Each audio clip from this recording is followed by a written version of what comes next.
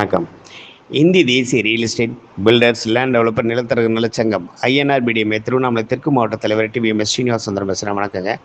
இன்றைய தினம் திருவண்ணாமலை அண்ணாமலை ராசுடன் உலகத்திற்கும் எல்லாருக்கும் நல்லது நடக்கும் என சொல்லிக்கொண்டு சென்னையில் ஒரு கல்யாண மண்டபம், மக்கள் கூட்டங்கள் அதிகமாக இருக்குது. அந்த நேரத்தில் ஒரு அம்மா 2 குழந்தைகளை கூப்பிட்டுட்டு ஃபோன் பேசுகிறாங்க. ஏங்க, நீங்கள் பாட்டுன்னு எதை சொல்கிறதையும் கேட்க மாட்டீங்க. சொந்தக்காரங்களோட கல்யாணத்துக்கு போங்கன்னீங்க. கல்யாணத்துக்கு வந்துட்டேன். இப்போ அவங்க ஊருக்கு போகலான்னு நான் கேட்டால், எங்கள் சொந்தக்கார வீடு இருக்குது, 2 நாள் தங்கிட்டு தான் வரும்னு சொல்கிறாங்க. என்னங்க, ஏங்க? எனக்கு அந்த ஊர் புதுசு, எதுவுமே தெரியாது. நீங்கள் பாட்டுன்னு விட்டு போனால் எனக்கு என்னங்க அர்த்தம் சொல்லுங்கள்? கொஞ்சம் கூட உங்களுக்கு புரியாதாங்க? அவங்க பாட்டுன்னு விட்டுட்டு போயிட்டாங்க அப்படின்னா, என்னம்மா சொல்கிற அப்படின்னு. ஆமாம், நீங்கள் அங்கேயே உட்காந்துட்டு கல்யாணம் முக்கியம்னு சொல்லிட்டு போய் பாருங்கன்னு சொல்லுங்கள். நீங்கள் ஏன் தான் இப்படி இருக்கீங்களோ தெரியலிங்க, ஏங்க இப்படி பண்ணுறீங்க அப்படின்னு. அப்படியாம்மா, சரி இருமா, நான் யாருன்னா பேசிட்டு லைனில் வரேன் இருமா அப்படின்ட்டு அவர் ஃபோனை கட் பண்ணிட்டார். உடனே குழந்தைங்களை வச்சுக்கிட்டு அந்த அம்மா என்ன உட்காண்ட்ருக்காங்க. அம்மா, ஊருக்கு போகலாமா அப்படின்னு இந்த பையன் சொல்கிறான். போயிடலாம் இருப்பா, அப்பாவுக்கு ஃபோன் பண்ணுவார், இருப்பா போயிடலாம்பா அப்படின்னு. உடனே ஃபோன் வருது. அம்மா, நாங்கள் கூப்பிட்டவங்களும் பேசினவங்கட்டும் அவங்களும் ஆள் இல்லை, கிளம்பிட்டாங்களாம். யாரும் ஆள் இல்லைன்றாங்க. நீ ஒன்று பொண்ணு வெளியில் வந்து பஸ்ஸை பிடிச்சி கிளம்பிடுமா. என்னங்க இப்படி சொல்கிறீங்க? ரிசப்ஷன் முடிஞ்சிச்சு, 7 மணி ஆகிப்போச்சு, நைட் டைமுங்க, நான் எப்படிங்க போகிறது? ஏம்மா, அங்கே நைட் எப்படிம்மா நீ தங்க முடியும்? நீ கிளம்பிடுமா, ஒன்றும் பிரச்சனை இல்லை, பஸ்ஸு சிட்டியில் போய் என்னம்மா பயம் இருக்குது, போம்மா அப்படின்னோடனே உடனே அந்த அம்மா கல்யாண மண்டபத்தை விட்டு வெளியே வராங்க. வெளியே வந்து ஒரு பஸ் ஸ்டாண்டில் வந்து நிற்கிறாங்க. நிற்கும்போது பார்த்தீங்கன்னா, குழந்தைங்களோட நிற்கும்போது பார்த்தீங்கன்னா, ஒருத்தர் மேலே எங்கேயும் பார்க்குறாரு. பார்த்தோன்னா என்னடா அது அப்படின்ட்டு அந்த அம்மா பக்கத்துலேயே கூப்பிட்டு, ஐயா இந்த விருதாச்சலம் போகணும், இங்கேருந்து பஸ்ஸு கிளாம்பாக்கம் இருக்காமே, அது எங்கே போகணும், எப்படி போகணும் அப்படின்னும்போது, அம்மா கிளாம்பாக்கம்லாம் போனோன்னா உனக்கு லேட் ஆகிடும். இங்கேருந்து நீ என்ன எக்மோரில் இருக்க, இங்கேருந்து பஸ்ஸு நின்று போகிறதுக்குள்ளே இப்போ டைம் 7:30 ஆகி போச்சு. நீ நைட்டு போயிடுவ, எப்படியும் வந்து அங்கே ஒரு 11 மணி 10 மணிக்கு தான் நீ போவ. ஏம்மா ரொம்ப சுற்றி போவோம், இந்த பாரு எக்மோர் ட்ரெயின் இருக்கு பாரு, இந்த ட்ரெயினில் போயிடு அப்படின்னோடனே, இல்லையா எனக்கு தெரியாது, அதனால தான் நான் உங்களை கேட்குறேன். அதுக்கு தான்மா சொல்கிறேன், ட்ரெயினில் போயிடு அப்படின்னா.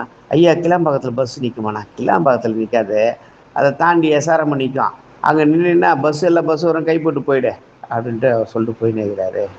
இந்த அம்மா அப்படி பார்க்குறாங்க. பக்கத்தில் இருக்கிறவங்கள, சார் அவர் எங்கே ட்ரெயினில் போக சொல்கிறார், எனக்கு தெரியல, அதனால தான் கேட்குறேன் அப்படின்னா. அப்படியாம்மா, நீ கிளாம்பாக்கம் போனால் பஸ்ஸு கிடைக்கும், நீ ஒன்று பண்ணு, நேராக அவர் சொல்கிற மாதிரி போயிடு அப்படின்ட்டு அவரு போயிடுறாரு.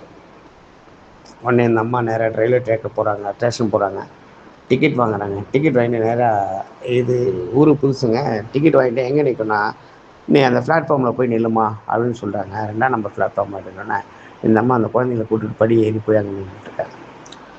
ட்ரெயின் வருது. பக்கத்தில் இருக்குங்க, சார் நான் விருதாச்சலம் போகணும், கிளாம்பாக்கத்துக்கு வந்து பஸ் இல்லையா, ட்ரெயின் இல்லையா, எஸ்ஆர்எம்னு சொல்லிட்டு நிற்க சொல்லியிருக்காங்க, செங்கல்பட்டு வண்டின்னு சொல்கிறாங்க, அது எங்கேன்னு கொஞ்சம் சொல்லுங்கண்ணா. அந்த இருமா வர இரு.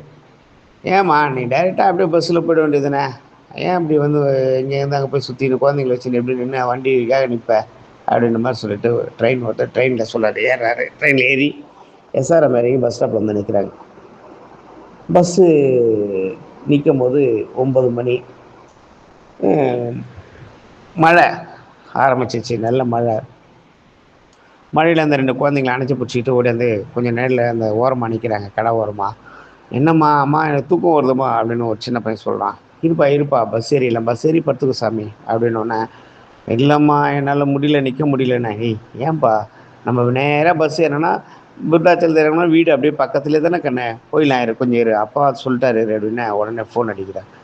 சொன்னதே கேட்க மாட்டீங்க, போன்றீங்க, தெரியாத ஊருக்கு போகிறோம், ஒரு குடும்பத்தை தனியாக அனுப்பிச்சி வைக்கிறதுல உங்களுக்கு என்ன இருக்குது, சொல்கிறதே புரிஞ்சிக்க மாட்டீங்களாங்க அப்படின்ற மாதிரி பிடிச்சி ஃபோனில் கத்துறா. மழை பெய்யுது, வண்டியை வந்தவன் சார்ல எதுவும் நிற்கவும் மாட்டேன்ட்டாங்க அப்படின்னா.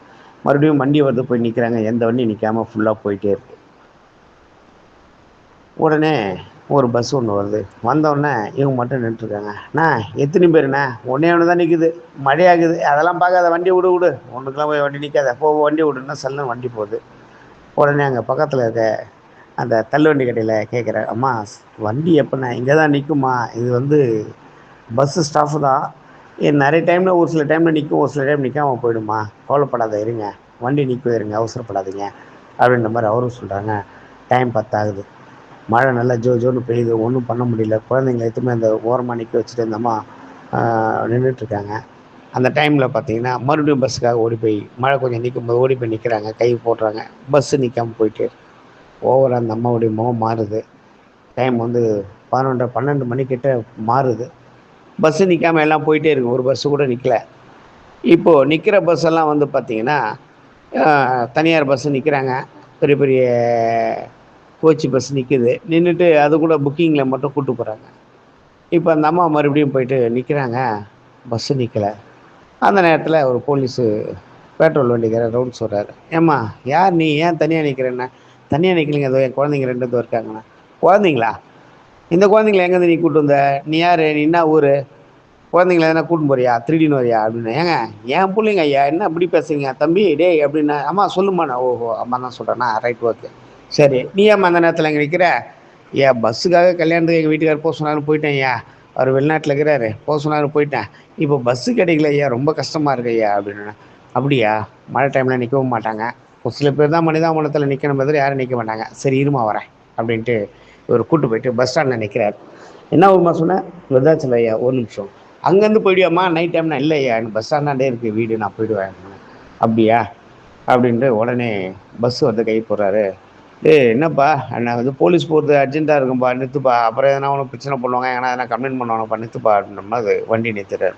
மாவா அந்த குழந்தைங்கள தூக்கி ஏற்றிட்டு பத்திரமா போமா, தம்பிங்களை பத்திரமா கூட்டுப்பா பாய் அப்படின்னா அந்த குழந்தைங்க டாட்டா கட்டுறதுக்கு போகிறார்.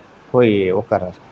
உட்காந்தவொடனே அந்த கண்டக்டர் யாருமா உங்கள் வீட்டுக்காரர் அப்படின்னா. ஏங்க வயிற்றுச்சல் கிளப்பாதீங்க, பஸ்ஸு நிற்குதாங்க. எவ்வளோ நேரமாக நிற்கிறது தெரியுமா? நின்று நின்று நின்று நின்று ஒரு பஸ்ஸு கூட நிற்காம போகுதுங்க. என்னங்க டைமு? 12 மணிக்கிட்ட ஆகுதுங்க. வீட்டுக்காரன் கேட்குறேன். ஒரு மனிதாபன அடிப்படையில் ஒரு போலீஸ்கார் வந்து வண்டி ஏற்றி விட்றாரு. எதுனா தெரியுமா தெரியாதாங்க, ஏங்க இப்படிலாம் பேசுகிறீங்க அப்படின்னு மாதிரி. சரி சரிம்மா கோவப்படாதம்மா கோவப்படாதம்மா கொடு, மழையில் நின்றுந்த போல இருக்குது, அதான் கோவமாகற கொடு அப்படின்ட்டு டிக்கெட் வாங்குறாங்க விருதாச்சலத்துக்கு.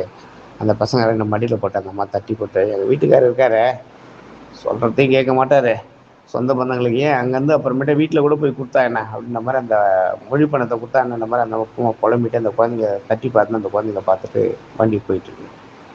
எதுக்கு நான் சொல்ல வரேன்னா, வெளியூர்லேருந்து இன்றைக்கி எத்தனையோ பேருங்க வராங்க சென்னை நோக்கி. அவங்களுக்கு எந்த ஒரு ஒரு அட்ரஸ் கேட்டாலும் ஒரு விஷயம் கேட்டாலும் அவங்களுக்கு தெளிவாக பதில் சொல்லணும். எப்படின்னா கிளாம்பாக்கம் போயிட்டீங்கன்னா அங்கே சேஃபு, அங்கே எல்லா பஸ்ஸுகளும் நிற்கும், மனிதர் நிற்பாங்க, போலீஸ் இருப்பாங்க, இடம் கிடைக்கலாலும் அங்கேயே தூங்கலாம், குழந்தைங்களும் மழை நினையாது, எல்லாம் நடக்கும். எதனா ஒன்று வாய்க்கு வந்து தெரிஞ்ச மாதிரி நீ ட்ரெயின் ஏறிப்போ, அங்கே பஸ் வரும்னு நீ சொல்ல போக. தெரிஞ்சவங்க யோசனை பண்ணுவாங்க, தெரியாதவங்க எப்படி யோசனை பண்ணுவாங்க? ஊருக்கு பெருசாக இருக்கவங்க.